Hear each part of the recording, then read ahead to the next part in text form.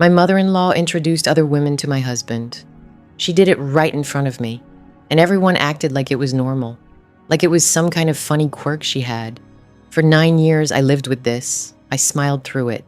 I pretended it didn't bother me because I didn't want to be the difficult one. My name is Claire. I'm 39 years old. I've been married to Matthew for 9 years, and for all of those years, I thought I was doing the right thing. I believed that commitment was about effort. It was about compromise. It was about bending a little or a lot to make things work. I really wanted to be part of his family. I wanted that sense of belonging more than anything. Matthew is a good man in many ways. He's kind, he's gentle, but he hates conflict. He will do almost anything to avoid a confrontation, especially with his mother. His mother is Diane. She's 67, and she is the sun that our entire family orbits around. When you first meet Diane, you're charmed. She's confident, she's funny, she knows everyone. She has this energy that just pulls you in. I was pulled in too. In the beginning, I was desperate for her approval. I thought if I could just get Diane to like me, to accept me, then I would finally feel like I belonged. I would finally feel secure in my own marriage. So I tried. I really tried. At family parties, I was always the first to offer to help in the kitchen and the last to sit down. I learned to make her favorite dessert. I listened to the same family stories over and over again, and I laughed in all the right places. But it was never enough. There was always a distance. I felt like I was constantly being evaluated, and I never quite passed the test. It was a feeling I couldn't put my finger on, but it was always there. The first real warning signs were small things that seemed so petty if I said them out loud. She'd come over to our house, and while I was in another room, she would rearrange the pantry. My pantry. She would put the cans where she thought they should go. The first time it happened, I was just confused. I spent an hour putting everything back where I wanted it. The next time she visited, she did it again. I tried to talk to Matthew about it. I tried to explain how it made me feel, invaded, disrespected. He didn't get it. He told me that's just how his mom is, that she's just trying to be helpful. He asked me not to make a big deal out of it. He said it would just cause a fight and it wasn't worth it, so I stopped mentioning it. I would just quietly put everything back after she left. I chose his peace over my own feelings. Then it escalated. She started giving Matthew advice about everything, our finances, the car we should buy, even his career path. We would spend weeks discussing a decision. Just the two of us. We'd make a plan, and I would feel like we were a team. Then he'd have a phone call with Diane, and suddenly he'd be full of doubt. He'd start suggesting her ideas instead. He'd present them as his own, but I knew where they came from. I felt like I was in a partnership with him, but he was in a partnership with her. My voice was just an echo. Hers was the one that mattered. When I tried to point this out, it was always the same response. I was being too sensitive. I was misinterpreting things. I was trying to create a problem between him and his mother. He made me feel like I was the one who was unreasonable, that my need for respect was actually a demand for control. It was so confusing. I started to believe it myself. I started to think maybe I am too sensitive. Maybe this is just what having a close family is like. Maybe I'm the one who doesn't understand. So I learned to be quiet. I learned to stop fighting for my own opinion in my own home. I thought I was being patient. I thought I was being the bigger person, making a sacrifice for the good of our marriage. I didn't realize I was setting a precedent. I was teaching Matthew that he didn't have to stand up for me. I was teaching Diane that she could cross any boundary she wanted without consequence. And I was teaching myself that my discomfort didn't matter. That was the foundation. That was the dynamic we had built over years of small compromises and silent resentments. So when the introduction started, I was completely unprepared. I had already been conditioned to accept the unacceptable. I had already learned to smile when I was screaming on the inside. The first time it happened, we were at a large family barbecue, one of Diane's big summer events. There were dozens of people there, friends of the family, neighbors, distant relatives. I was talking to one of Matthew's cousins. Matthew was standing right next to me. Diane walked over, beaming. She had another woman with her, someone I didn't recognize. She put her arm around this woman and brought her right up to Matthew. She completely ignored me. She introduced the woman to him. She mentioned that her daughter, the woman's name was Sarah, I think, was a lawyer, and single. She said it with a little laugh, a little nudge in Matthew's direction. I just stood there. It was so blatant, so bizarre, that I couldn't process it. Matthew just gave a polite, awkward smile. He shook her hand. He didn't look at me. Diane and the woman moved on a few moments later, leaving me and Matthew standing in silence. The air felt thick. I couldn't breathe. I waited for him to say something, to acknowledge how insane that was, to laugh it off as his mom being crazy. He said nothing. He just took a sip of his drink and asked his cousin a question about work. He just moved on, as if nothing had happened. Later that night, in the car on the way home, I finally got the courage to speak. My voice was shaking. I asked him what that was all about. He sighed. That long, tired sigh he always used when I was about to be difficult. He told me I was imagining things, that his mom was just being friendly, just introducing people. He said it was a party. That's what people do at parties. I tried to explain how it felt, how it looked, that she specifically mentioned the woman was single. He told me I was reading way too much into it, that I was insecure. And then he said the words that would become his shield for years. You know my mom. That's just how she is. Don't let it bother you. I felt so alone. It wasn't just Diane's behavior. It was his refusal to see it. His denial was a second betrayal. It told me that his comfort was more important than my dignity. It told me that avoiding a fight with his mother was more important than protecting his wife. I went to bed that night feeling sick, but I let it go. I told myself it was a one-time thing, a weird, tone-deaf moment from an overbearing mother-in-law. I was wrong. It wasn't a one-time thing. It was the beginning. It was a test. And because I stayed silent, because Matthew defended her, we both failed. We showed her that this was allowed. The next time was a few months later. It was a holiday dinner. This time, it was the daughter of one of her oldest friends, a woman named Emily. Diane brought her right to our table. She pulled up a chair for her next to Matthew. She spent 10 minutes talking about Emily's recent trip to Europe and her successful business. She made sure to mention, again with a little laugh, how hard it was for a successful woman like Emily to find a good man. She looked right at Matthew when she said it. I was sitting on his other side. I felt invisible. I felt like a ghost at my own family dinner. I looked around the table. No one else seemed to think it was strange. Matthew's father just kept eating. His aunt smiled politely. They all acted like this was perfectly normal behavior. I felt like I was in a different reality from everyone else. In my reality, a married man was being offered a replacement in front of his wife. In their reality, Diane was just being social. I didn't say anything that night. I didn't even try to talk to Matthew about it. What was the point? I already knew what he would say. I was being sensitive. I was insecure. That's just how his mom is. So I started to build a wall inside myself. I would go to these family events, and I would emotionally check out. I would smile. I would make small talk. But I wasn't really there. I was just a body in a chair. It became a pattern, a horrible, predictable ritual, a wedding, a birthday party, a casual Sunday lunch. There was always a new woman, the daughter of a colleague, a recently divorced neighbor, a visiting niece of a friend. Diane had a whole rotation of them, and she presented each one to Matthew like a prize. She would highlight their accomplishments, their availability, their good qualities. The subtext was always crystal clear. She was showing him what he could have. She was showing him his options. And she was showing me that I was replaceable. The worst part was the performance. The way she did it with such confidence, like she had every right. There was no shame, no apology in her eyes. It was all done with a smile and a laugh, wrapped in the disguise of being a friendly, outgoing hostess. It was social terrorism, and I was the only target. Matthew's passivity grew. The more it happened, the less he reacted. He developed a kind of polite indifference. He would smile, say hello, and then extricate himself from the conversation as quickly as possible. He thought that was enough. He thought that by not engaging, he was on my side. He didn't understand that his silence was a form of permission. It was complicity. Every time he stood there and said nothing, he sent a clear message to his mother. Keep going. This is fine. And he sent a clear message to me. You are on your own. My resentment started to build. It was a quiet, cold thing that settled deep in my chest. I stopped seeing him as my partner. I started seeing him as another person I had to manage, another person whose feelings I had to protect at my own expense. Our marriage became a performance. We were happy on the surface, we went on vacations, we had friends over for dinner, but underneath it was rotting. The foundation was crumbling, and he was pretending not to notice the cracks.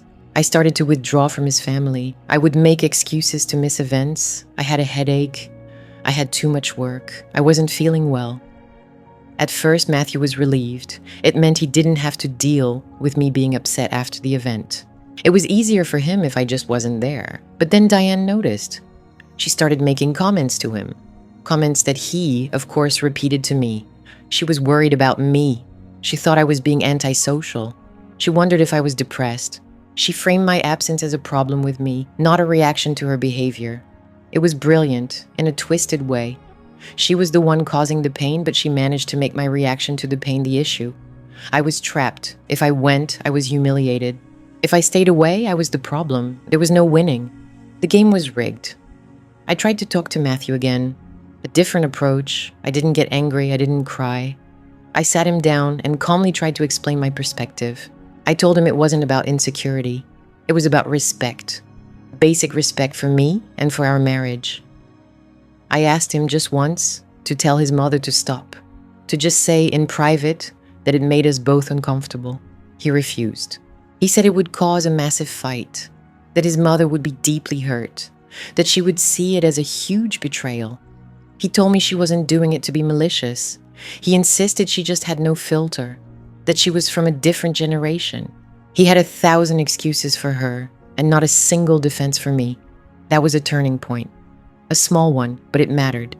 It was the moment I realized he would never choose me, not if it meant a moment of discomfort for him. His peace was built on my pain, and he was fine with that arrangement. The introductions got more brazen. One time, at a restaurant for his father's birthday, Diane invited a woman to join our table. She was a dentist and apparently freshly single. Diane sat her down right between me and Matthew. The entire table had to shift to make room. It was an interruption. A public restructuring of our family unit to make space for a potential replacement. And Diane acted like she was doing us all a favor, bringing such a lovely girl into our circle. I spent the entire dinner staring at my plate. I didn't say a word. I could feel the pitying looks from other family members, but no one said anything to Diane. They were all too afraid of her, or maybe they just didn't care. Maybe they agreed with her. Maybe they also thought Matthew could do better. That thought was like ice in my veins. I started to feel paranoid. I started to wonder what they said about me when I wasn't there. I started to see the whole family as a single entity, a machine designed to protect Diane and her version of reality. And in that reality, I was a temporary fixture, a placeholder. Matthew must have sensed how bad it was getting. He tried to make it up to me in other ways. He'd buy me gifts after a particularly bad family event. He'd suggest we go on a weekend trip, just the two of us. He thought he could put a bandage on a wound that was getting deeper every day. He wanted to treat the symptoms, but he refused to address the disease. The disease was his mother's disrespect and his own cowardice. I started to push the gifts away. I didn't want them. They felt like hush money, a payment for my silence. I told him I didn't want things. I wanted him. I wanted his support. I wanted him to be my husband. He didn't understand what I meant. For him, being a husband was about providing a nice life, not about providing emotional safety. The final straw wasn't one big dramatic event. It was a small, quiet one. It was Diane's 65th birthday party, a big, catered affair she had been planning for a year. I knew I had to go. Not going would have been a declaration of war. I spent the week before with a knot in my stomach. I was already exhausted, just anticipating it.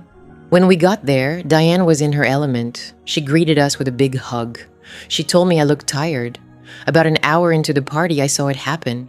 Across the room, Diane was talking to Matthew, and she was holding the arm of a woman I had never seen before. She had that same proud, beaming look on her face, the look she always had when she was presenting a new candidate. From across the room, I couldn't hear what she was saying, but I didn't need to. I knew the script by heart. I watched Matthew's face. He had his polite, non-committal party smile on. He was nodding. He wasn't looking at me. And in that moment, something inside me just snapped. It wasn't anger. It wasn't sadness. It was a profound and sudden clarity. I realized I was waiting for something that was never going to happen. I was waiting for Matthew to change. I was waiting for Diane to respect me. I was waiting for the family to wake up and see what was going on. None of it was ever going to happen. They were all perfectly happy with the way things were. The only person who was miserable was me. I was the only one who wanted things to change, and I was the only one who could make it happen. I turned around without a word and walked out of the party. I didn't get my coat. I didn't say goodbye to anyone. I walked out the front door into the night, and I just kept walking. I walked for what felt like miles. I didn't have my phone. I didn't have my purse. I just walked. I didn't know where I was going. I just knew I couldn't be in that house anymore. I couldn't be in that life anymore. I finally stopped and sat on a bench somewhere, and I felt nothing. Just a vast, quiet emptiness. The space where all my hope used to be. I realized that for 9 years, I hadn't been in a marriage. I had been in an audition, and the judge, Diane, had made it clear that I would never get the part. My husband was the passive audience, watching me fail over and over again and doing nothing. I sat on that bench for a long time. I don't know how long. Eventually, Matthew found me. He must have driven around looking for me. He pulled up, and the look on his face wasn't concern. It was annoyance. He was angry at me for making a scene, for embarrassing him. He asked me what was wrong with me. I looked at him, and for the first time, I didn't see the man I loved. I saw a stranger, a weak man who was more loyal to his mother's cruelty than to his wife's pain. I told him I was done. I told him I would not go to another family event. I would not spend another minute of my life being quietly humiliated. I said I would no longer participate in the charade. He didn't believe me at first. He thought it was just another dramatic outburst that would be over by morning. He tried to get me in the car. He told me we would talk about it at home. I refused. I told him I would find my own way home. And I did. I called a taxi from a stranger's phone. When I got back to our house, I went into the guest room and locked the door. That night was the first night of the rest of my life. The days that followed were tense and quiet. Matthew tried to act like everything was normal. He'd knock on the guest room door and ask if I wanted coffee. He'd talk about his day at work. He was trying to wait it out. He thought I would eventually give in, like I always did. But I didn't. I was different. That night had changed me fundamentally. The emptiness I felt on that bench had been replaced by a cold, hard resolve. A week later, there was a family dinner. One of those casual Sunday things. Matthew told me it was time to get ready. I told him I wasn't going. He started to argue. He brought up all the old arguments. I was being dramatic. I was hurting his mother's feelings. I was tearing the family apart. This time, I didn't fight back. I didn't defend myself. I just said no. It was a complete sentence. No explanation, no apology, just no. He was stunned. He didn't know how to handle this new version of me, the version that didn't try to justify her own feelings. He went to the dinner alone. I can only imagine the questions he faced. I can only imagine the story Diane spun about my absence. When he came home, he was furious. He told me his mother was worried sick, that everyone was asking about me, that I had embarrassed him. I just looked at him. I told him that was the consequence of his inaction. I explained that my presence at those events was conditional on his support. Since he had never provided it, I was withdrawing my presence. It was a simple transaction. He didn't hold up his end of the bargain, so the deal was off. He started to realize I was serious, and he panicked. His whole life was built on keeping the peace. My refusal to play along was a declaration of war, and he was caught in the middle. The phone calls from Diane started. She would call me, her voice dripping with fake concern. She just wanted to make sure I was okay. She missed seeing me. I was polite. I was brief. I told her I was fine. I told her I was busy. I didn't give her an opening. I didn't give her any emotion to work with. It drove her crazy. She was used to being in control, and I had taken that control away from her. Then she started working on Matthew again. She told him I needed help, that I was unstable. She was trying to frame my rebellion as a mental health crisis. For a while, Matthew tried to push her narrative. He suggested I talk to someone. I told him I was talking to someone. I was talking to myself. And I was finally starting to listen. The dynamic in our house shifted completely. The silence was no longer my resentment, it was my strength. I stopped making his life easy. I stopped absorbing all the discomfort. I let him sit with the consequences of his choices. He was the one who had to answer his mother's calls. He was the one who had to make excuses for me. He was the one who had to face the family's questions. He was miserable. And for the first time, I didn't feel responsible for his happiness. It was during this time that I started to understand the truth, not just about them, but about myself. I had been so focused on being a good wife that I had forgotten to be a good friend to myself. I had betrayed my own instincts. I had ignored my own pain. I had allowed them to define my reality, and I had accepted a version of love that was conditional and cruel. One day, I was cleaning out an old desk, and I found something. It was a box of old letters and cards from when Matthew and I were first engaged. I found a letter from Diane to Matthew. It was written about a month before our wedding. I had never seen it before. My hands were trembling as I read it. It was a long letter, and it was devastating. She wasn't just expressing motherly concern. She was actively trying to talk him out of the marriage. She wrote that I wasn't the right fit for our family, that I was too quiet, too independent. She said he needed someone more lively, someone with a better family background. She told him it wasn't too late to change his mind, that a broken engagement was better than a miserable life. Reading those words 9 years later was like a key turning in a lock. Everything made sense. The constant undermining, the little digs, the belittling comments disguised as jokes, and the introductions. Oh, the introductions. It was never a game. It was a campaign. She had never accepted me.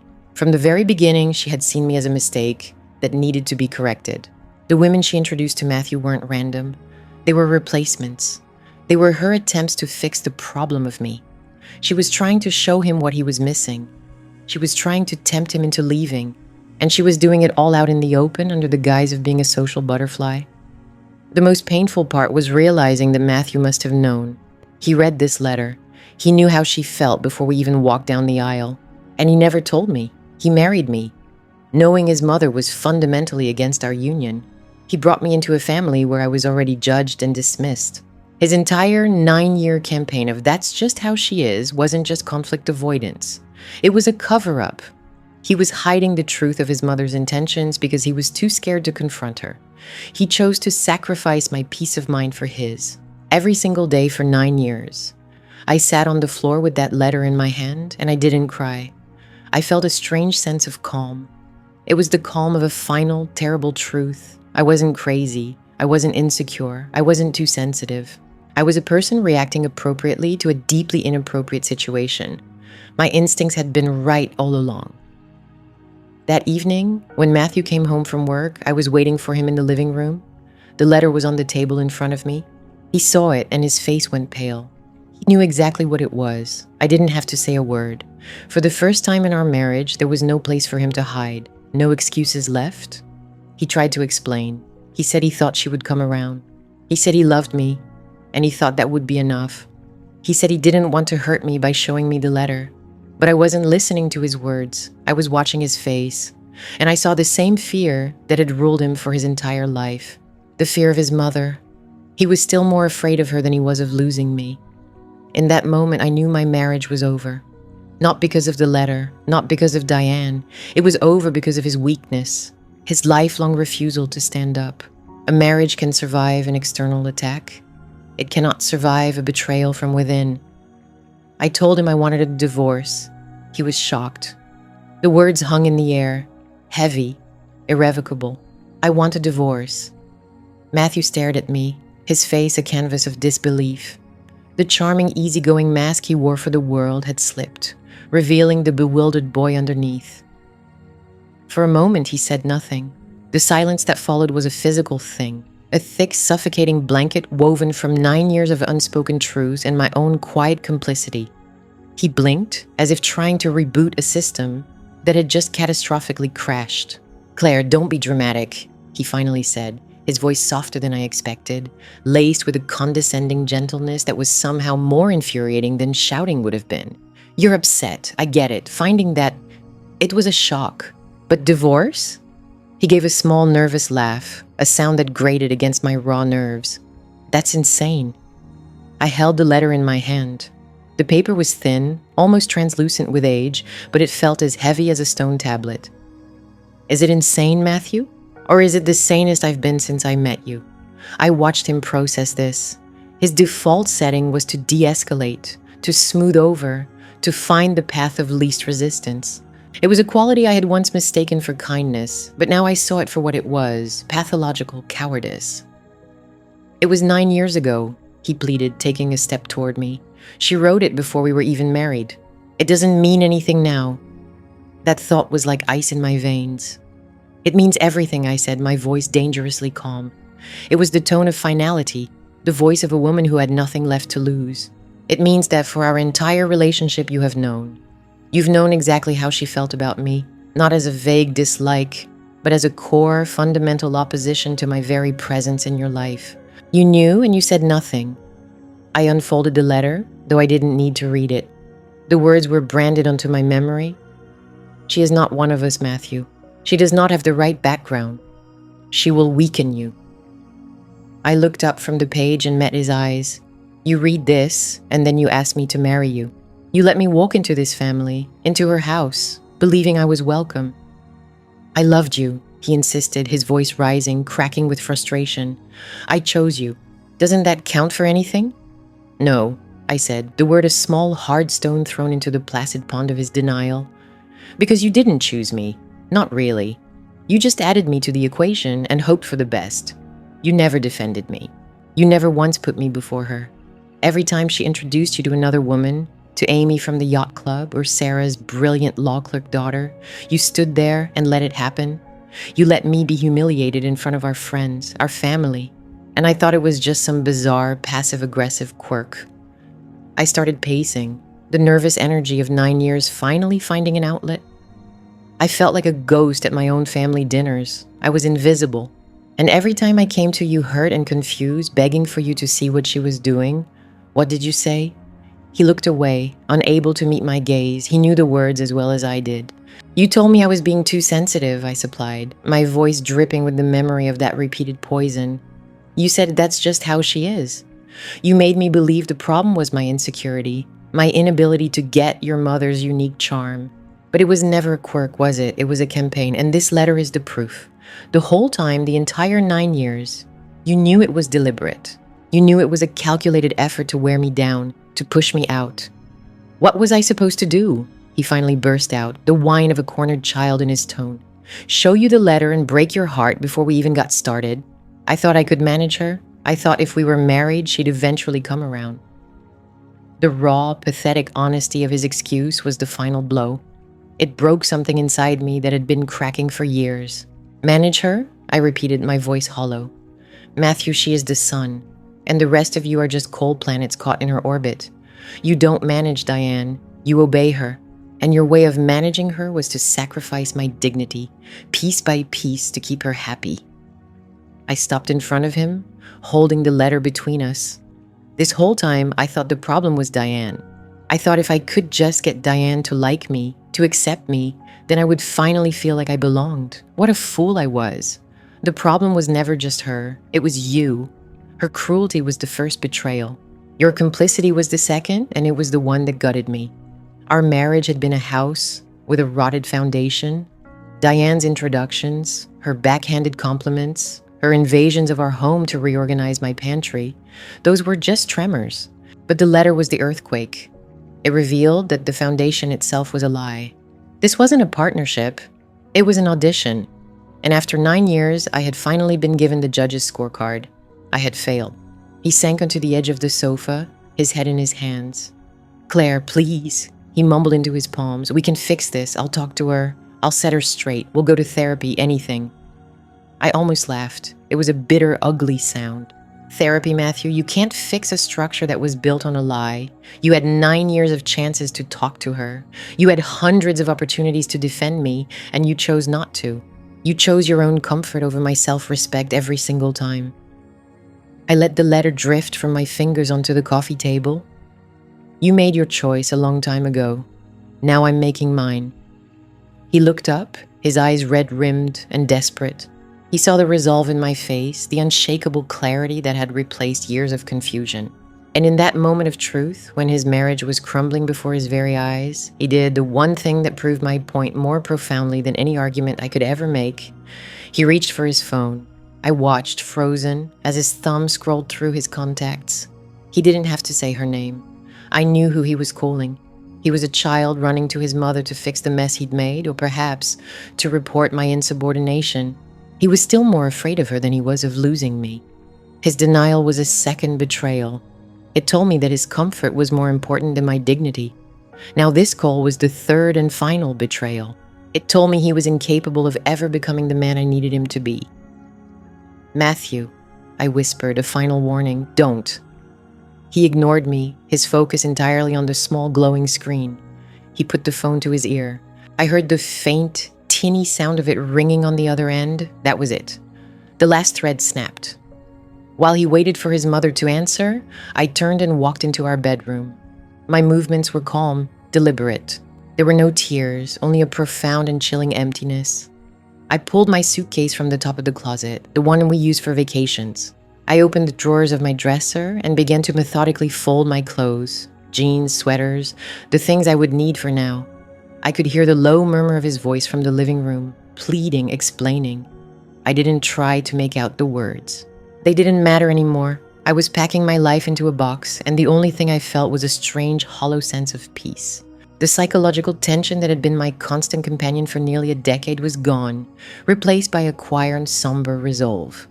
I was no longer a participant in their bizarre, toxic drama. I was an observer who had finally decided to leave the theater. When I was done, I zipped the suitcase. The sound was loud and definitive in the quiet house. I rolled it into the living room. Matthew was off the phone, standing by the window, his back to me. "She's on her way over," he said, his voice flat. "She wants to talk to you." The sheer, unmitigated audacity of it almost took my breath away. He hadn't called her to defend me. He had called her to summon me. I was being called to the principal's office to account for my behavior. "No," I said simply. He turned around, his face a mess of confusion and hurt. "What do you mean, no?" "I mean, no," I repeated, the word stronger this time. "I'm not talking to her. I'm done talking. I'm done being sensitive. I'm done being insecure. I'm just done." I walked to the front door, my suitcase rolling softly behind me on the hardwood floor. I didn't look at him. I couldn't. If I saw the pain in his eyes, the part of me that had loved the kind, gentle boy I thought he was might waver. And I couldn't afford to waver. My survival depended on it. I opened the door. The cool night air felt like a benediction on my skin. It smelled of rain and freedom. "Claire, wait!" he called out, his voice finally breaking with real panic. "Where will you go?" I stopped on the threshold but didn't turn. I thought about his question. For the first time in 9 years, the answer wasn't dictated by him or his mother or the suffocating expectations of their family. The answer was entirely my own. "Away," I said. And then I walked out, pulling the door closed behind me. I didn't slam it, I just closed it. I heard the click of the latch, a small final sound sealing off my past.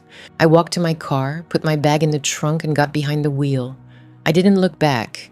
The click of the door latch was the period at the end of a 9-year sentence. I didn't look back. I didn't need to. The image of Matthew's face, a pathetic mask of confusion and fear, was seared onto the inside of my eyelids. His hand, frozen midair, reaching not for me, but for the phone that was his umbilical cord to Diane. That single gesture was the only truth I needed. My hands were steady on the steering wheel. The quiet hum of the engine was the only sound, a stark contrast to the screaming silence that had filled our house for years. I drove without a destination, letting the familiar suburban streets blur into a meaningless watercolor of streetlights and darkened windows. Each mile I put between myself and that house felt like shedding a layer of skin. It was a painful, raw peeling, but underneath I could feel myself beginning to breathe again. My phone, tossed onto the passenger seat, lit up. "Matthew." I let it ring. It stopped, then immediately lit up again. A text message appeared on the lock screen. "Claire, where are you? Come back. We need to talk." We. For 9 years, there had been no we. There was Matthew and his mother, a 2-person planet with its own gravitational pull, and there was me, a stray moon caught in their orbit, allowed to circle, but never to land. A second text. "This is crazy. You're overreacting." And there it was, the familiar script. I was the problem. My reaction was the issue, not the decades of quiet, sustained psychological warfare, not the letter, not the blatant, humiliating introductions. My leaving was the unreasonable act. His denial was a second betrayal, and this text was its aftershock. I felt a cold, hard knot of resolve tighten in my stomach. I was not overreacting. I was finally reacting, appropriately, to the slow-burning fire that had been set to my life. I drove for another 20 minutes until the landscape cul-de-sacs gave way to the anonymous strip malls and chain hotels of the interstate. I pulled into the first one I saw, a clean, sterile-looking place called the Meridian Inn. It was perfect. It had no history. It held no memories. The lobby was empty except for a young man behind the counter who looked impossibly bored. He took my credit card without making eye contact. The room he gave me was on the third floor, overlooking the parking lot and a 24-hour diner whose neon sign cast a lonely, flickering glow. The room smelled of industrial cleaner and something vaguely floral. I dropped my single bag on the floor and sat on the edge of the stiff, tightly made bed. The silence in the room was absolute. It wasn't the tense, waiting silence of my house. It was a blank, empty silence. A void. I could fill it with whatever I wanted. My phone buzzed again.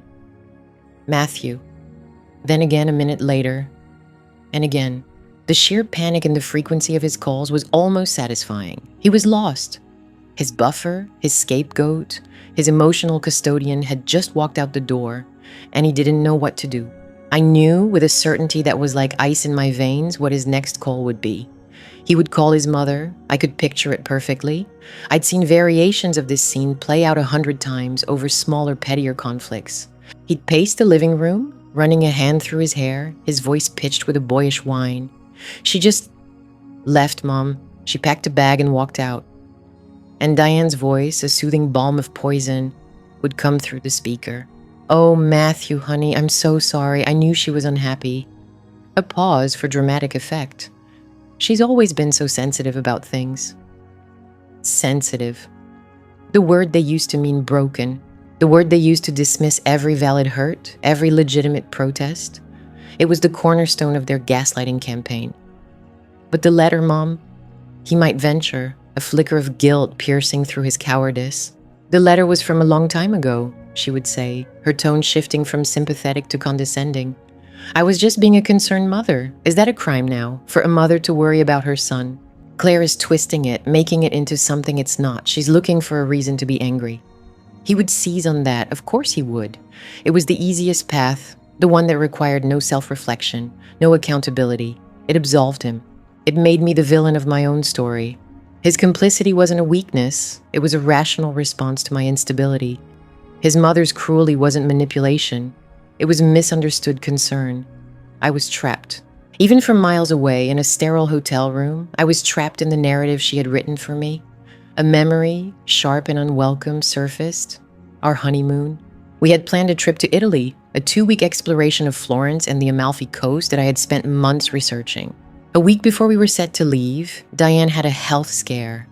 It was a dizzy spell, her doctor said, likely due to dehydration, but to hear her tell it, it was a near-death experience. I just don't think I can bear the thought of you being so far away right now, Maddie, she'd whispered over the phone, her voice frail. What if something happens? I saw the conflict on Matthew's face. I saw his desire to go with me warring with the primal, deep-seated fear of upsetting his mother. It's our honeymoon, Mom, he'd said, his voice weak. I know, darling, and I feel just terrible. Maybe just a few days, somewhere closer. So I know you can get back quickly if you need to. We ended up in a resort in Florida. It was nice enough, I suppose, but it was a monument to my first great marital compromise. Every morning, Matthew would call her to check in. I'd sit on the balcony, listening to his side of the conversation, a stream of placating murmurs. I felt like a ghost at my own honeymoon. I told myself I was being a supportive wife. I told myself marriage was about sacrifice. I didn't understand then that I was the only one making sacrifices. I was in an audition, and the judge wasn't even in the room. The phone on the bed vibrated, pulling me from the memory. A new text. Diane is very worried. We both are. Please just call us. Us. The word hit me with the force of a physical blow. It was the final confirmation. In the ultimate crisis of our marriage, he had not turned toward me, but had immediately locked arms with her, forming the same united front that had been quietly crushing me for years. He didn't see me as his partner. He saw me as a problem they had to manage together. I stood up and walked to the window, staring at the parking lot below. A man was getting out of his car, carrying a briefcase. A woman was walking a small dog. Normal life, happening all around me, while mine had just imploded. For a dizzying second, the sheer scale of what I had done washed over me. 9 years, a house, a shared history. I had torched it all. A wave of panic rose in my throat. Where would I go? What would I do? Then I thought of the introductions. I thought of the parade of bright, accomplished women presented to my husband as if I were a piece of furniture. I thought of the way Diane's eyes would slide over me dismissively as she said, "Matthew, I'd like you to meet Amelia. She just made partner at her law firm." I thought of the humiliation, the feeling of being rendered completely and utterly invisible. I thought of Matthew's passive smile, his refusal to say, "I'm married. This is my wife, Claire." I thought of the letter, its brittle paper filled with 9-year-old venom. The panic subsided, replaced by a clarity so sharp it hurt. My marriage hadn't been a structure I'd just torched. It was a rotted-out building that had been collapsing in slow motion for years. I hadn't set the fire. I had just finally stopped trying to save it from the flames. I walked back to the bed, picked up my phone, and looked at the string of missed calls and desperate messages from the man who was still, legally, my husband. My finger hovered over the screen. For a moment, I considered typing a reply, a long, scathing message detailing every cut, every betrayal. But what was the point? They had their story. He had his mother. I just said no, not aloud and not in a text. I said it with my thumb as I pressed and held the power button. The screen asked if I wanted to power off. I confirmed. The screen went black. The silence that followed was different. It was my own. It was the sound of a door closing, not on a house, but on a cage. It was the sound of the rest of my life beginning. It was quiet. And for the first time in a very long time, it was peaceful. The silence in the hotel room was absolute. It was a sterile, impersonal quiet, the kind that hums with the low thrum of a mini fridge and the distant sigh of an elevator. For 9 years, my life had been filled with noise. The loud performance of Diane's family gatherings, the louder silence of Matthew's cowardice, and the constant buzzing static of my own anxiety. Here there was nothing but the clean, crisp vacuum of my own making. I sat on the edge of this stiff, neatly made bed and stared at the generic art on the wall, a watercolor print of a placid lake I would never visit. It was a picture of a place with no history, and for the first time in a decade, I felt like I had no history either. My phone, which I had placed face down on the nightstand, was a dark, silent rectangle of potential chaos. I knew what was waiting for me on the other side of that screen. A barrage of texts from Matthew, each one a small, desperate missile launched from a war room, where his mother was the commanding general. I pictured them, heads bent together over his phone, crafting the perfect message. "She's being hysterical. We need to manage this. Remind her of the good times. Tell her she's part of the family." The thought was like ice in my veins. Family. That word had been the bait in the trap for so long. I thought if I could just perform well enough, be accommodating enough, be quiet enough, I would finally earn my place. I finally understood that the marriage itself had been an audition, and Diane was the only judge, a judge who had decided my fate before I ever stepped on the stage. With a deep breath, as that felt like the first one I'd taken in years, I picked up the phone and turned it on. It vibrated violently in my hand, a frantic, dying animal. A cascade of notifications flooded the screen. 37 texts from Matthew, 5 missed calls from Matthew, 2 missed calls from a number I didn't recognize, which I knew was Diane, using a friend's phone to bypass my silence. 1 text from my sister, Sarah. "Hey, Matt called Dad. Said you left. Are you okay? Call me."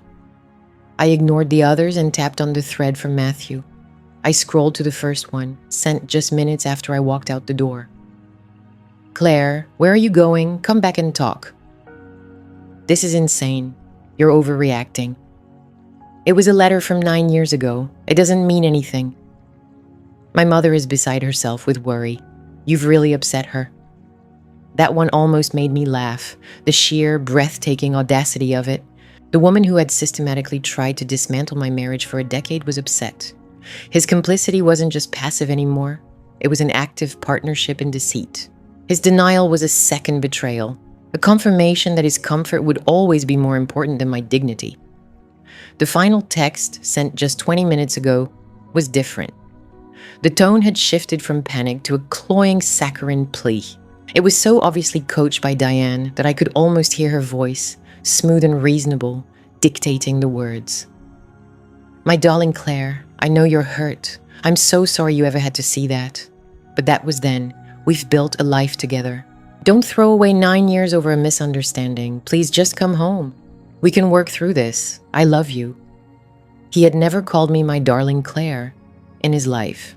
It was a phrase Diane used, a condescending term of endearment she'd bestow on waitstaff or the family dog. Reading it felt like a violation. They were trying to lure me back with a forgery of the husband I once thought I had. But the man who sent that text wasn't my husband. He was his mother's son. I didn't reply. Instead, I opened a new note on my phone and started to type. My fingers moved with a strange, detached clarity. 1. Call Sarah. 2. Find a divorce lawyer. First thing Monday. 3. Transfer half the joint savings to a new account. 4. Look for an apartment. The list was short, but it felt monumental. It was a blueprint for a life I hadn't allowed myself to imagine until this very moment. Each item was a brick I would lay for my own foundation, on solid ground, far away from the rotting structure of my marriage. For years, I'd felt like a ghost at my own family dinners, an invisible spectator to my own life. Now I was the one in control. I dialed Sarah's number. She picked up on the first ring. "Claire, oh my God, are you okay? Dad said Matthew called him, rambling about a letter and you leaving. He sounded like a mess." Tears I hadn't realized I was holding back began to well in my eyes, but my voice was steady. "I'm okay, Sarah. I'm more than okay. I'm out." "Out? Like for good?" "For good," I confirmed. The words tasted like freedom. I told her everything. The years of introductions, the constant feeling of being disrespected, Matthew's passive refusal to ever take my side. And then, the letter. I recounted its contents, the cold, calculated words that had served as the mission statement for Diane's 9-year campaign. Sarah was silent for a long moment when I finished. I could hear her breathing on the other end of the line. She had never been Diane's biggest fan, but she, like everyone else, had only seen the charming public-facing version. She'd seen the subtle slights, but never the full scope of the psychological warfare.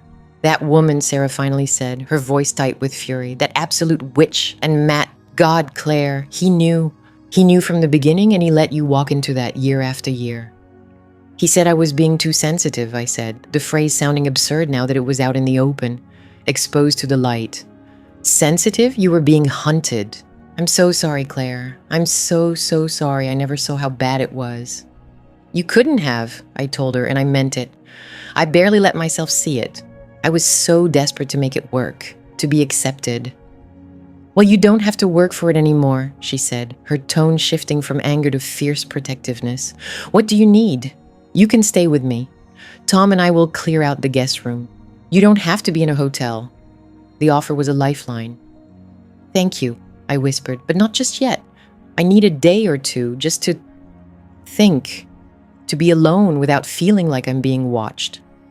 "Okay, but the offer stands, forever. What's your next move?" I read her my list. "Good," she said, her voice firm. "That's a good list. For the lawyer, I have a friend who went through a nasty divorce. Her lawyer was a shark. I'll get you her number. And for the bank account, do it online, right now, before he and his mother decide to lock you out." That thought was a jolt of cold, practical fear. She was right. Diane was a strategist. Her kindness was a weapon, and her concern was a tactic. She would absolutely advise Matthew to secure his assets. I was no longer a daughter-in-law to be tolerated. I was an enemy to be defeated.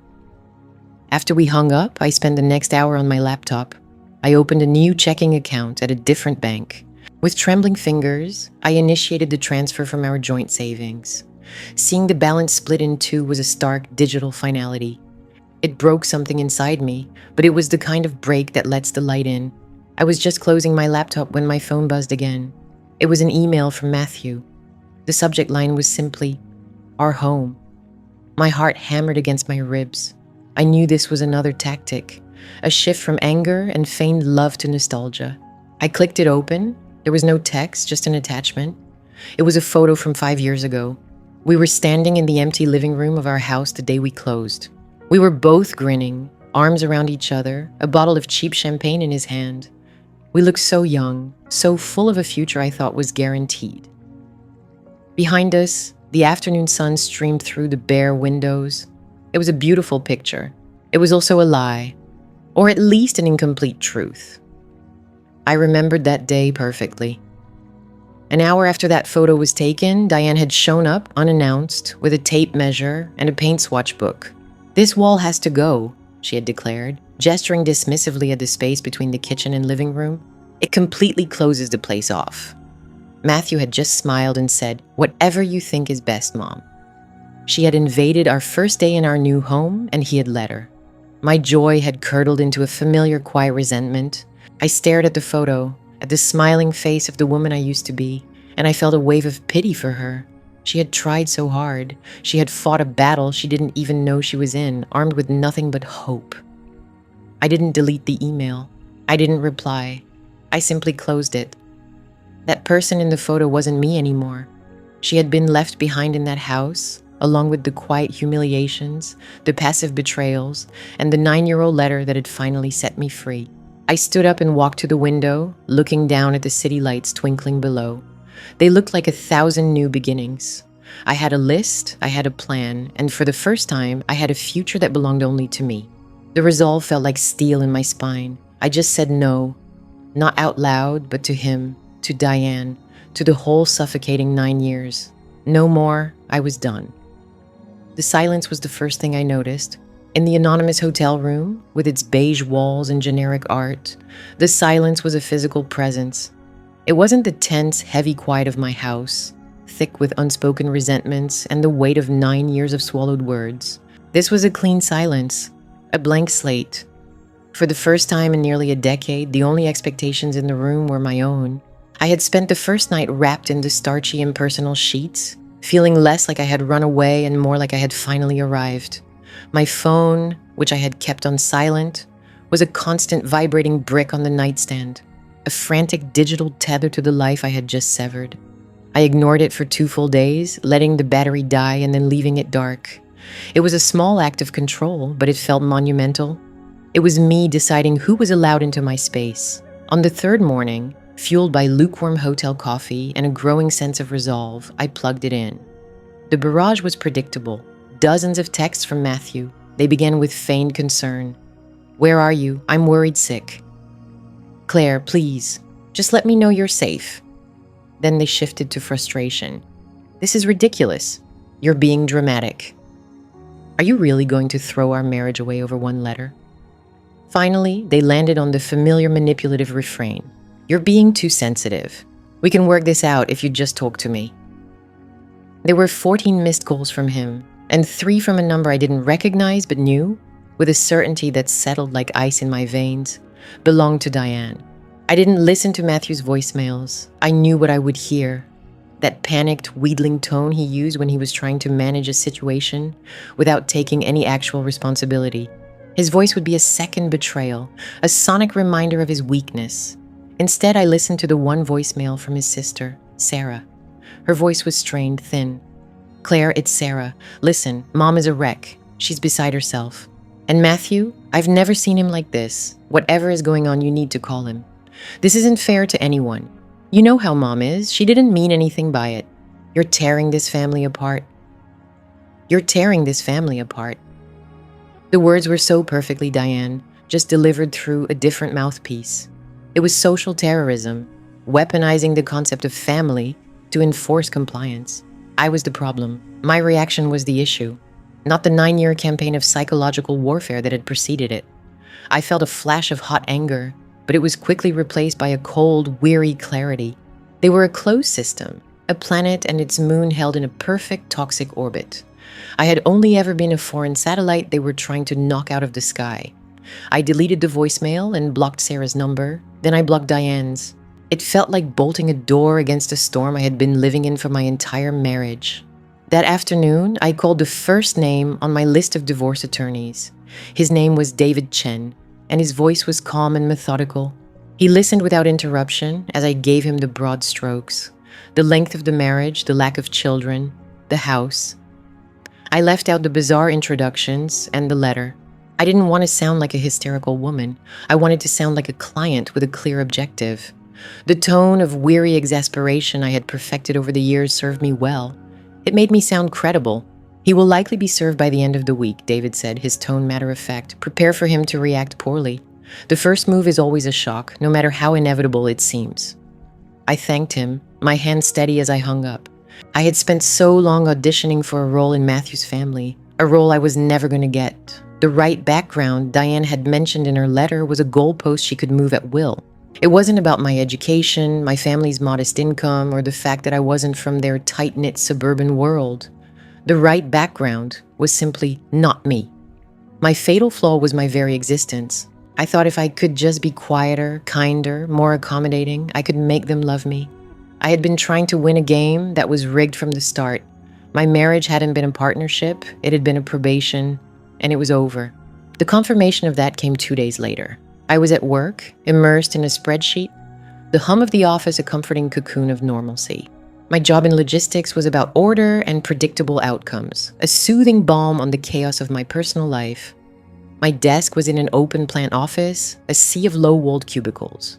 When I saw my colleague Maria look up with wide eyes toward the glass doors of our suite, I followed her gaze, and the air left my lungs. There they were, Diane and Matthew. They stood just inside the entrance, framed like a nightmare portrait. Diane was dressed in a chic navy blue coat, her hair perfectly coiffed, a look of grave concern expertly painted on her face. It was her worried matriarch costume, the one she wore when she was about to cause the most damage. Matthew stood beside her, looking pale and rumpled, his eyes scanning the office with a desperate, hunted expression. He looked less like a husband and more like a child she had dragged along to an appointment. They saw me. Diane's expression softened into a pained, pitying smile as she started walking toward my desk, Matthew trailing in her wake like a shadow. My co-workers were staring, their typing slowing to a halt. The office hum died. It was a public stage, another arena for my humiliation. My first impulse was to shrink, to disappear under my desk. The old Claire would have been flooded with shame, desperate to smooth things over and get them out before they made a bigger scene. But the old Claire was gone. She had walked out of Diane's birthday party and never come back. I stood up, my chair scraping softly against the floor. I felt strangely calm, my veins filled with ice. I met them in the aisle, between the cubicles, creating a physical barrier between them and my personal workspace. "Claire, darling," Diane began, her voice dripping with faux sympathy, loud enough for half the office to hear. "We were so worried. We've been calling. When you didn't answer, we had to come. We just want to make sure you're okay." Her use of "we" was masterful. It implicated Matthew, presenting them as a united front of loving family against my irrational behavior. Matthew just stood there, his hands shoved in his pockets, his gaze fixed on the floor. He wouldn't even look at me. His cowardice was a physical thing, suffocating the air between us. "I'm fine, Diane," I said, my voice low and even. It didn't tremble. I was amazed that it didn't tremble. "You should not have come to my workplace." "Honey, we just want to talk," she pressed, reaching out to touch my arm. I pulled back, a small, sharp movement. "There is nothing to talk about." "Don't be like this," she said, her tone shifting, a hint of steel beneath the velvet. "You're having some kind of episode. Your husband is worried. Let us take you home." "Your husband." She said the words as if she were bestowing a title upon him, one that gave him ownership over me. The condescension was breathtaking. She was framing this as a mental health crisis, with me as the unstable patient and her as the benevolent caretaker. I finally looked at Matthew. I stared at him, willing him to meet my eyes, to say something, anything, to tell his mother to stop, to show 1 ounce of loyalty. He said nothing. He just shuffled his feet, his silence a final damning confession. He was her son first. He would always be her son first. My dignity was a small price to pay for his comfort. That was it. That was the moment the last ember of hope for him died, leaving nothing but cold ash. "You need to leave," I said, my voice dropping to a near whisper, yet carrying across the silent office. I wasn't speaking to Diane anymore. I was speaking to him. "Both of you, leave now." Diane's face hardened, the mask of concern dropping to reveal the familiar cold fury beneath. She opened her mouth to argue, but my boss, Mr. Henderson, a kind, no-nonsense man in his 60s, was suddenly standing beside me. "Is there a problem here, Claire?" he asked, his eyes fixed on Diane. I felt a wave of gratitude so intense it almost buckled my knees. "Mr. Henderson, these are personal visitors. They were just leaving." Diane shot me a look of pure venom, a promise of future retribution. But she was a performer, and she had lost her audience. She gave a tight theatrical sigh, grabbed Matthew's arm, and steered him toward the exit. "Fine," she clipped out. "But this isn't over." I watched them go, the automatic doors sliding shut behind them. The invasion was over. The entire office was staring at me, a mix of pity and morbid curiosity on their faces. I felt a flush of humiliation crawl up my neck, but beneath it was something else, something hard and unyielding. Resolve. I turned to my boss. "I am so sorry, Mr. Henderson." He just gave me a small, sad smile. "Go on home for the day, Claire. We'll see you tomorrow." I nodded, walked back to my desk, and packed my bag with numb efficiency. I didn't go back to the hotel. I drove to a small park overlooking the river and sat on a cold bench. They had tried to shatter my world, but all they had done was prove me right. Their stunt wasn't an act of love or concern. It was a desperate, ugly power play, an attempt to drag me back into the role I refused to play. The marriage wasn't a rotting structure anymore. It was a pile of rubble. And standing there in the wreckage, I finally felt free. I pulled out my phone. I had one more call to make. "David Chen's office," a polite voice answered. "Yes," I said, my own voice clear and strong. "This is Claire Peterson. I'd like to speak with him. I'm ready to proceed." The silence in the office was deafening. It rushed in to fill the space where Diane's theatrical pronouncements and Matthew's hollow presence had been. My colleagues, who had scattered to the far corners of the floor like startled birds, slowly began to drift back to their desks. No one looked directly at me, but I could feel their glances, furtive and sympathetic. My public humiliation had become their afternoon's uncomfortable drama. Mark, my boss, approached my cubicle, his hands in his pockets. He didn't say much. He just leaned against a gray fabric wall and asked, "You okay, Claire?" For a moment, the old impulse flared up, the urge to smooth things over, to say, "I'm so sorry for the scene." But I swallowed it down. It tasted like ash. "I will be," I said, my voice steadier than I felt. "Thank you for stepping in." He gave a short, decisive nod. "You take the rest of the day. Go home." I almost laughed. I had no home to go to. My home was a sterile hotel room with a view of a parking garage, a temporary fortress I had built for myself. But I nodded. "Okay." As I packed my bag, the shame I expected to feel was absent. In its place was a cold, hard clarity. The performance at my workplace wasn't a random act of desperation. It was a calculated escalation. They had tried to frame me as unstable in the one place where I was competent and respected. It was social terrorism designed to isolate me and discredit me in every sphere of my life. They hadn't just invaded my home, they were now trying to burn down my career. My phone rang as I was walking to my car. It was Sarah, my lawyer. Her voice was the opposite of Diane's, calm, measured, and devoid of any cloying sweetness. It was like a steel beam. "Claire," she said, "I'm calling to let you know the petition has been filed with the court. A process server is on his way to Matthew's office now." "Now?" The word came out as a breath. It was real. "Yes. Given their behavior this morning, I saw no reason to delay. I also filed a motion for temporary exclusive use of the marital home, though that will take time. For now, he will be officially served." I leaned against the cool metal of my car door, the downtown traffic a muted roar around me. "Okay, thank you." "He will likely call you," Sarah warned. "He may be angry, confused, or pleading. I advise you not to engage. Refer him to me. You don't owe him an explanation. You've been giving him one for 9 years." Her words were like a shield. "You don't owe him an explanation." I had spent nearly a decade auditioning for a role I already had, explaining my own pain to the man who stood by, and watched it being inflicted. The audition was over. I drove back to the hotel, the city streets a blur. I sat on the edge of the perfectly made bed and waited. It took less than an hour. My phone buzzed, and Matthew's name flashed on the screen.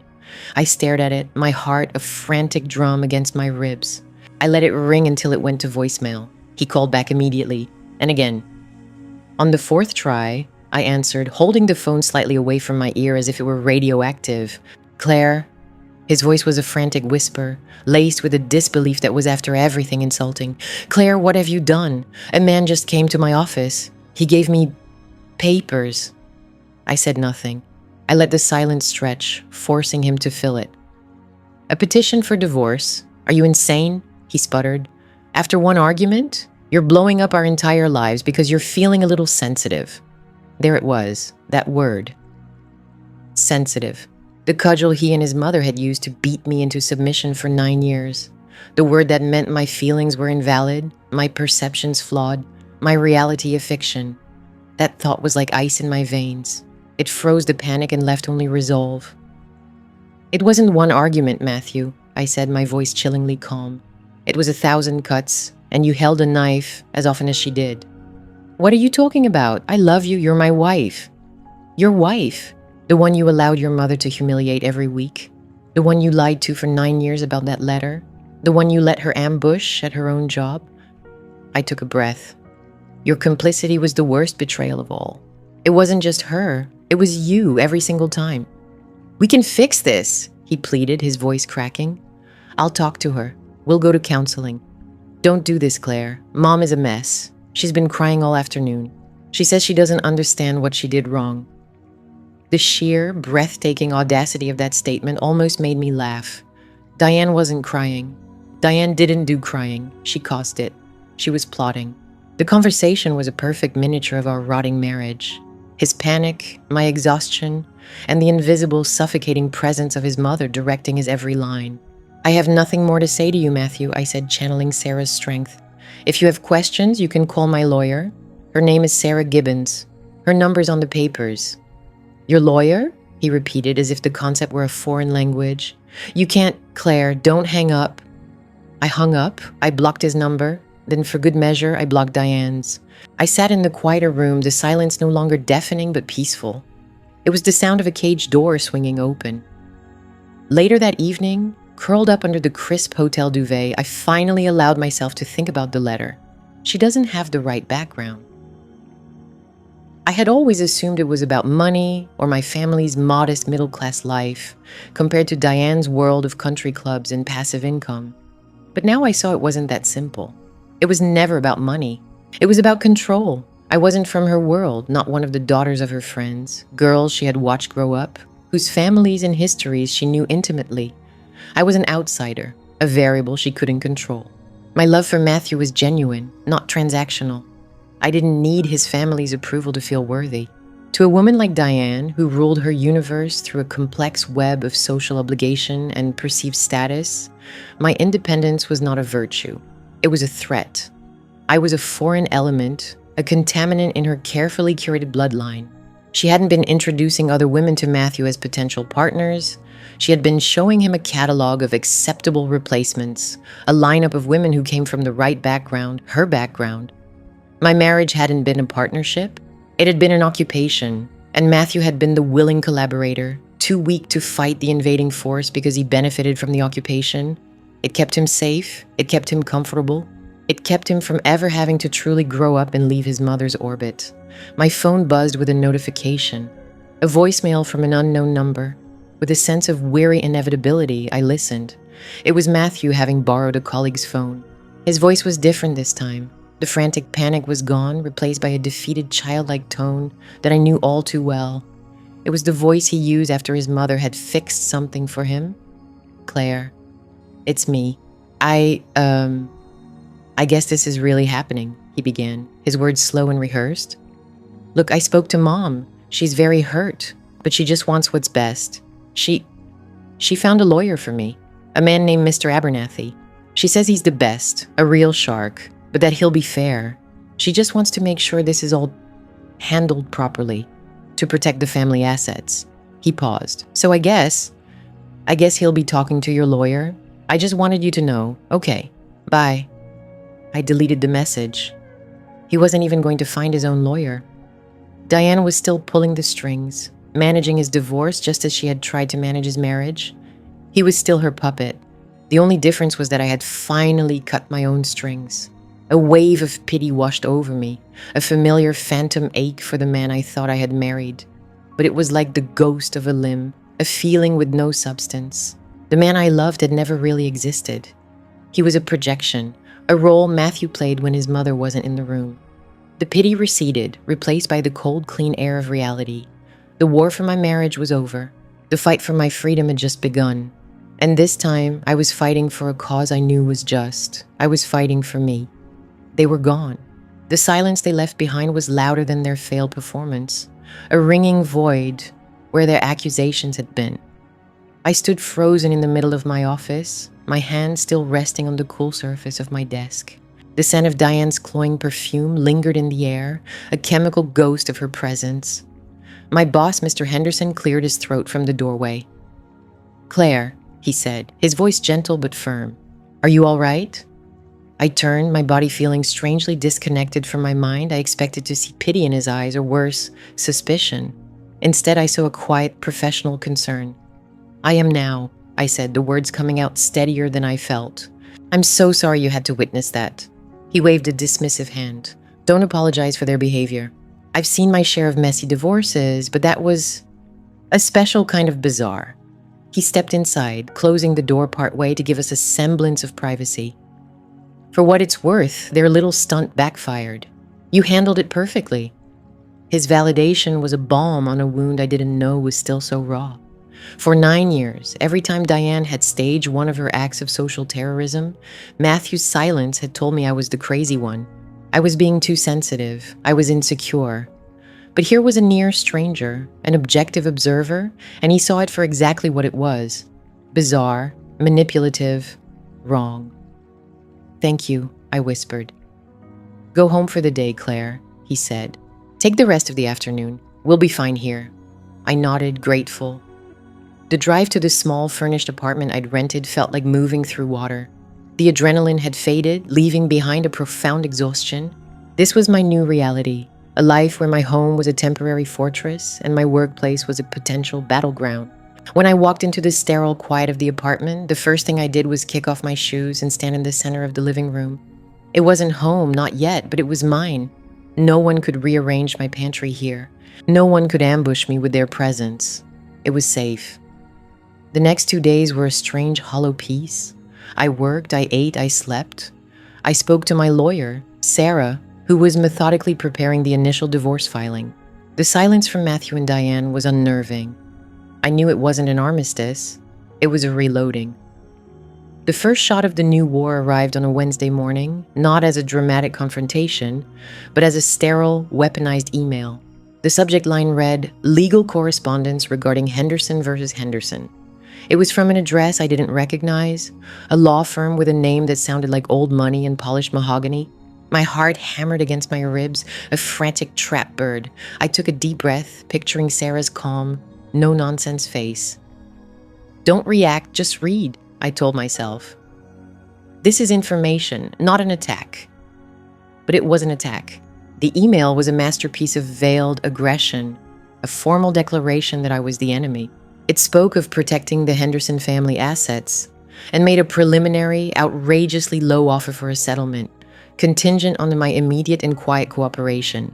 It mentioned my recent erratic behavior and hinted that a contentious divorce would inevitably bring to light circumstances that could be professionally damaging. The threat was clear. They were coming for my career, for the one piece of my life I had built myself, free of their influence. The language was couched in legalese, but the voice was pure Diane.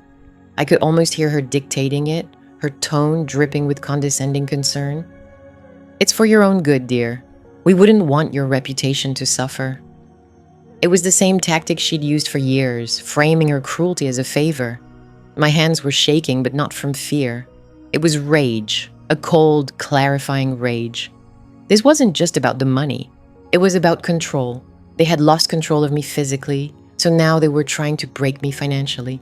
They wanted to render me so powerless that I would have no choice but to crawl back and accept whatever scraps they offered. The marriage had been an audition, and now the divorce was to be a punishment for failing it. That thought was like ice in my veins. It froze the panic and left only resolve. I didn't reply. I didn't even allow myself to reread the email.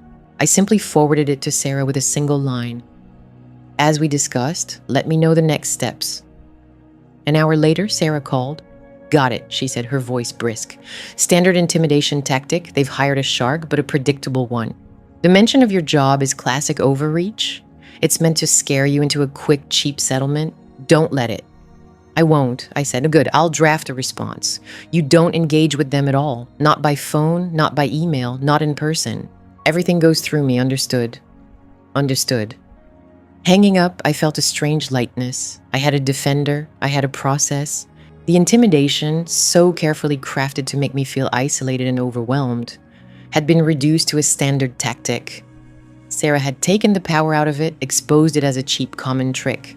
Diane's master manipulation was just a page from a first-year lawyer's playbook. The knowledge was empowering, but it didn't stop the next attempt. That evening, my phone buzzed with a call from Matthew. I stared at his name on the screen, a name that had once meant comfort and now signified only cowardice. I let it go to voicemail. A minute later, the notification popped up. Against my better judgment, I pressed play, needing to hear for myself what form his weakness would take this time. His voice filled the quiet room, thin and reedy.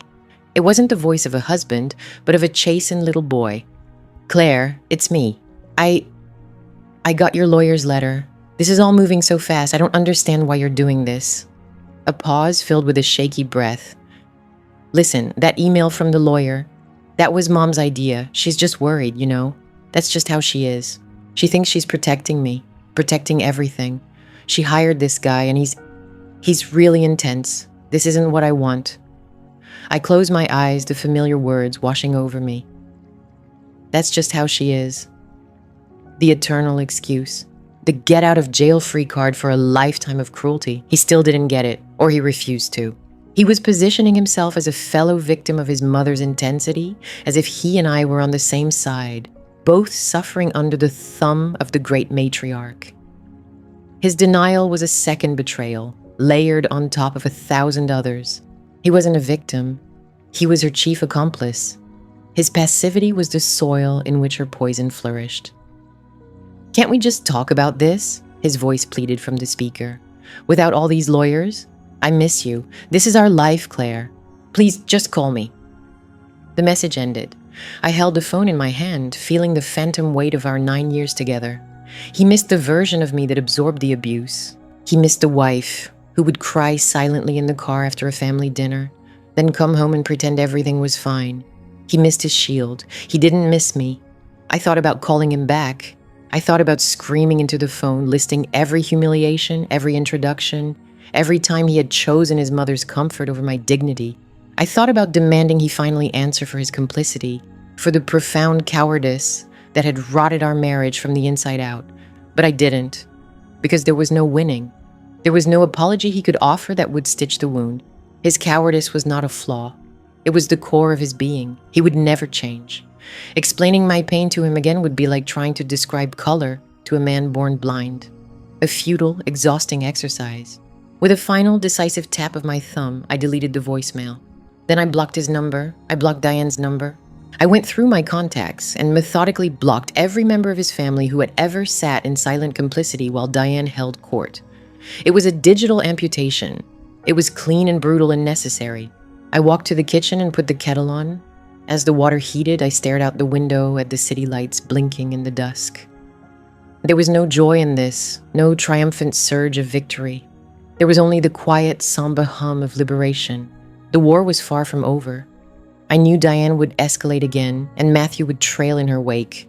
But for the first time, I wasn't waiting for the next attack with dread. I was waiting with clarity. They had mistaken my silence for weakness for far too long.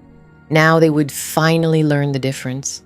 The silence was the first thing I noticed. After I blocked Diane's and Matthew's numbers, along with those of his enabling aunts and cousins, my phone stopped being a source of dread. For 9 years, it had been a tiny bomb I carried in my pocket, perpetually on the verge of detonating with a passive-aggressive text, a demand disguised as a question, or a photo from a family event I wasn't welcome at, captioned with something cheerfully cruel. Now it was just a tool. And the silence it offered was a strange, hollow quiet at first, the kind you experience after a loud engine finally cuts out. It took a full day for me to realize it wasn't emptiness I was feeling, but peace. My lawyer, Catherine, had been clear. They will not respect the boundary of a phone block, she'd warned me, her voice crisp over the phone. People like this see boundaries as a challenge, not a rule. They've been playing a game with you for years, Claire. Now we're just changing the rules so you can win. Her words were a bomb. For so long, Matthew had convinced me I was playing a game that didn't exist, that I was seeing malice where there was only eccentricity. You're being too sensitive. That's just how she is. Hearing Catherine frame it as a strategic battle validated a decade of my own suppressed intuition. I wasn't crazy. I was a casualty of a quiet, brutal war of attrition. Their lawyer's opening salvo was a threat against your professional standing, Catherine continued, her tone hardening. It's a classic intimidation tactic. They want you to panic and accept a lowball offer to make it all go away. We will not be doing that. I want you to start gathering every financial document you can find. Bank statements, tax returns, credit card bills, investment portfolios, everything. We're going to build a fortress of facts. So that became my mission. I spent the weekend in my small, sterile apartment, which was slowly starting to feel less like a temporary shelter and more like a command center. I methodically logged into online accounts, downloaded PDFs, and organized them into meticulously labeled folders on my laptop. Each document was a brick in the fortress Catherine had described. With every statement I saved, I felt the rotting structure of my marriage being dismantled and replaced with something solid, something that belonged only to me.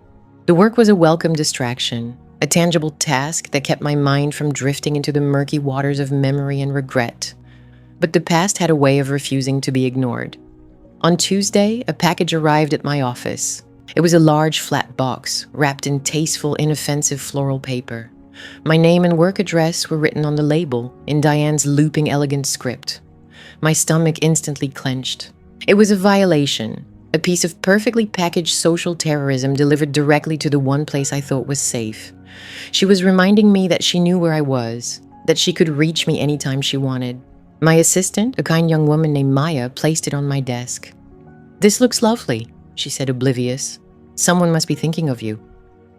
That thought was like ice in my veins. Someone was thinking of me. Diane was always thinking, always plotting. I waited until after 5, when the office had emptied out, before I dared to touch it. My hands trembled slightly as I tore the paper. Inside was a heavy, leather-bound photo album. On the first page, in that same perfect script, was an inscription. "For Claire, so you don't forget the good times." There were so many. "Love, Diane." It was breathtaking in its audacity. This wasn't an olive branch. It was a weapon. It was a carefully curated argument for her version of reality, a reality where their abuse was just a footnote in an otherwise happy story. It was designed to make me feel guilty, to make me second-guess my own resolve. Humiliation washed over me. She was trying to gaslight me from a distance. Against my better judgment, I opened it. The first several pages were a highlight reel of our early years. There was Matthew and me on our honeymoon, smiling and sunburned. There we were, signing the mortgage on our first house, his arm draped possessively around my shoulder. There were birthdays and holidays, all of us arranged in neat, smiling rows, a perfect family for the camera. In every photo, Diana was positioned near the center, a radiant sun around which the rest of us were forced to orbit. I felt a wave of nausea. I had been so desperate for her approval back then, so willing to contort myself into whatever shape she required. I thought if I could just get Diane to like me, to accept me, then I would finally feel like I belonged. I had spent 9 years in a relentless, unwinnable audition for a role I was never going to get. I turned a page and a specific memory ambushed me. It was our first wedding anniversary. I had made a reservation at a quiet, romantic Italian restaurant I loved.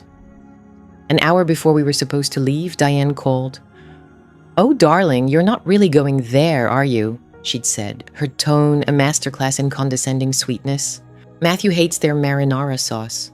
We'll all go to the Oak Room instead. I've already made a reservation for the 3 of us." I remember looking at Matthew, my face a mask of disbelief. He just shrugged, a familiar, helpless gesture. "It's easier this way, honey. You know how she is." We went to the Oak Room. Diane ordered for the table, choosing a wine that was far too expensive and a series of appetizers I didn't like. She spent the entire dinner regaling us with stories about Matthew's childhood, stories that subtly painted me as an outsider who couldn't possibly understand the deep, unbreakable bond between a mother and her son. I sat there, a ghost at my own anniversary dinner, nodding and smiling until my jaw ached. Matthew said nothing. His silence was his complicity, a quiet confirmation that my comfort was secondary to his mother's whims. I stared at the picture from that night. The three of us were smiling, but my eyes looked hollow, defeated. Diane's hand was resting on Matthew's arm. Even then, she was marking her territory. My anger began to burn away the fog of nostalgia. She was right. There had been good times, but they were almost always a performance. They were moments staged by her, directed by her, and produced for her benefit. My happiness was never part of the equation. I flipped through the rest of the album with a new cold detachment. It was a catalog of my slow erasure. Here was the family vacation, where Diane accidentally booked a single room for her and Matthew, leaving me to share with a teenage cousin. Here was the Christmas party where she introduced me to guests as Matthew's little friend. Each picture was a fresh stab, a reminder of a humiliation I had swallowed for the sake of peace. And then I saw it. Near the back of the album, tucked away on a page dedicated to a summer barbecue from 2 years ago, was a candid shot. It was Matthew laughing by the grill. Standing next to him, her hand resting on his forearm in a gesture of easy intimacy, was Amelia, the blonde architect Diane had been so blatantly pushing on him that year. They were looking at each other, sharing a private moment, their heads close together. In the background, slightly out of focus, I could see my own back as I carried a tray of drinks toward the house. I was a servant in the background of my own husband's flirtation. Diane had put this picture in the album. It wasn't a mistake. It wasn't an oversight.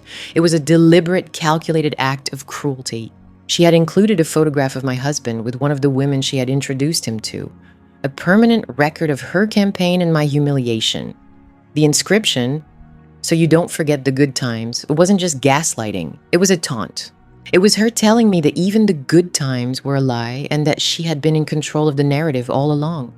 The old Claire would have thrown the album across the room, would have dissolved into a puddle of tears and impotent rage. But something inside me had fundamentally shifted. The pain was still there, a deep familiar ache, but it was now overlaid with a layer of glacial calm. I closed the album. I didn't cry. I didn't scream.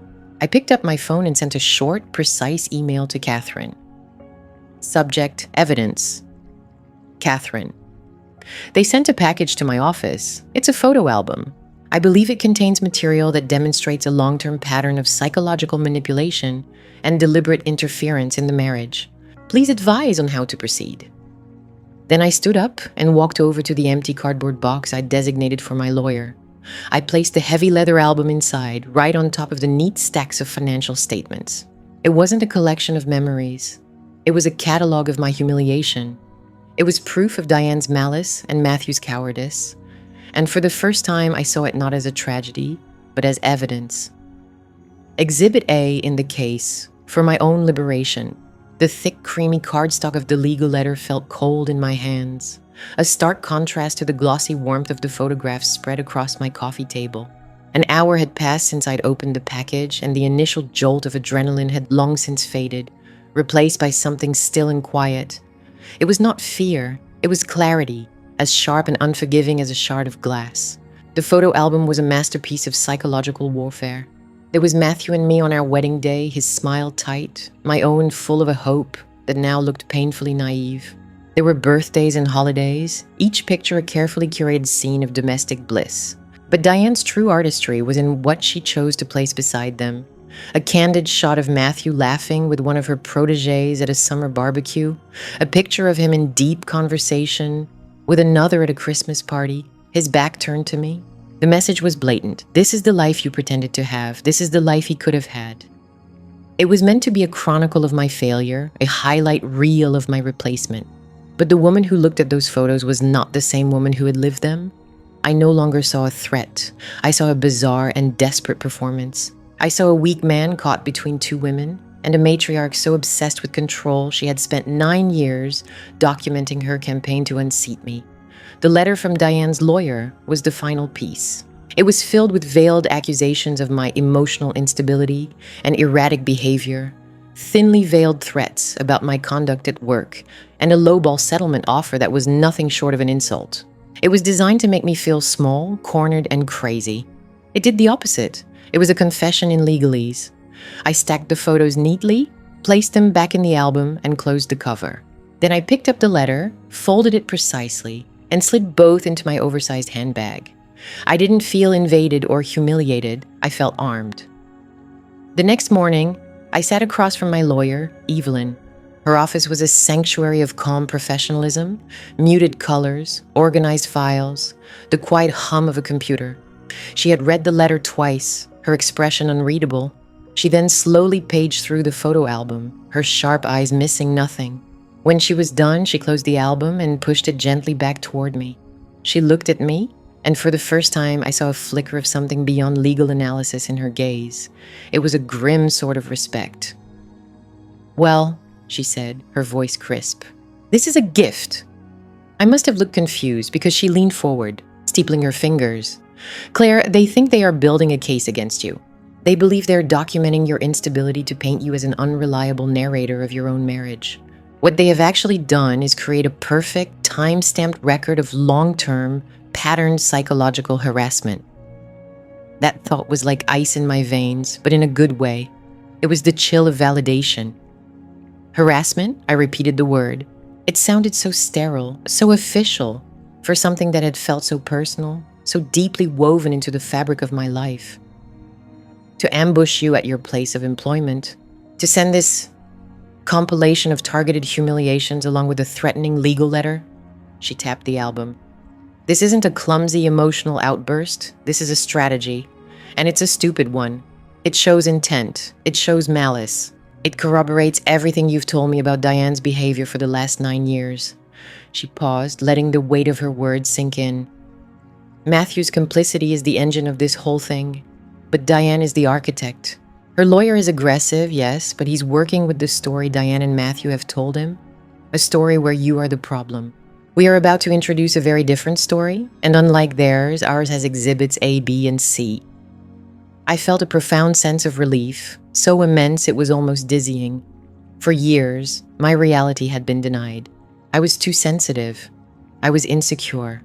I was imagining things. Now, here was an expert in a language Matthew and Diane understood, the language of consequence, telling me that not only was I sane, but I had a case. "So what do we do?" I asked, my voice steadier than I expected. "We respond," Evelyn said, a predatory glint in her eye. "We reject their insulting offer. We file for discovery, demanding all communication between Matthew and his mother regarding you and the state of your marriage. We will depose Diane. We will put her on the stand and ask her to explain, under oath, the purpose of introducing other women to her married son. We will ask her to explain this photo album." She held my gaze. "It will be ugly, Claire. They will fight back. They are fighting for control, and people like Diane don't give that up easily. But they have made a critical error. They've underestimated you." I left her office and drove home, the word underestimated echoing in my mind. It was true. They saw me as the quiet, accommodating girl who just wanted to belong. They had no idea that girl had died the day I found that 9-year-old letter in Matthew's desk.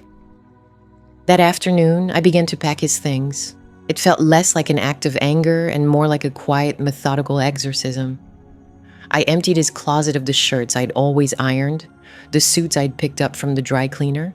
I stripped the sheets from his side of the bed. Our home, which had so often felt like a stage for my humiliation, was slowly becoming mine again. As I cleared out his nightstand, my fingers brushed against a small velvet box. I opened it. Inside was a pair of silver cufflinks I had given him for our 5th anniversary. They were engraved with the coordinates of the place we'd first met. He had worn them once. I remembered the night I gave them to him. He'd thanked me, calling them thoughtful, but his smile hadn't reached his eyes. A week later, at a dinner party, he was wearing a different pair, gold, gaudy things I'd never seen before. "A gift from Mom," he'd said with a shrug when I asked. She said these were more appropriate for my position. At the time, I had felt a familiar sting of rejection, a feeling I quickly swallowed down. It was just a pair of cufflinks. I was being too sensitive. But now, holding the unworn gift in my hand, I saw it for what it was. It wasn't just about the cufflinks, it was a choice.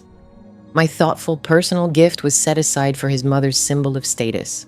My taste was rejected in favor of hers.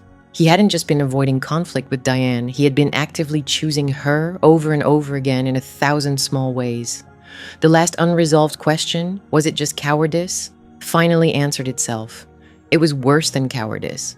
It was a quiet, sustained agreement. On some level, Matthew had always shared his mother's belief that I was a placeholder. His passivity wasn't a shield. It was a quiet audition he was conducting. He was waiting to see if I would eventually mold myself into the woman his mother wanted, and when I didn't, he simply waited for the marriage to crumble under the weight of her sabotage. His denial was a second betrayal because it was a lie. He knew exactly what was happening, and in his heart, he consented to it. I dropped the cufflinks into a cardboard box labeled "Donate." I felt no sorrow, just a clean, cold burn of truth. The marriage hadn't been a partnership, it had been a test, and the person grading it was never going to let me pass. My phone buzzed. It was Evelyn. "I've drafted our response and the initial filing," she said, her voice all business. "It's aggressive. It frames Diane's involvement not as a meddling mother-in-law, but as a third party actively interfering with and seeking to dissolve the marriage. It will provoke them, Claire. There's no turning back from this. Are you sure?" I looked around the living room, at the boxes filled with the remnants of a life built on a lie. The air felt lighter. The silence wasn't empty, it was peaceful. For the first time in 9 years, my home felt like a fortress, not a prison. The battle was coming, but for the first time, I knew the lay of the land, and I was standing on solid ground. "I'm sure," I said, my voice leaving no room for doubt. "Send it."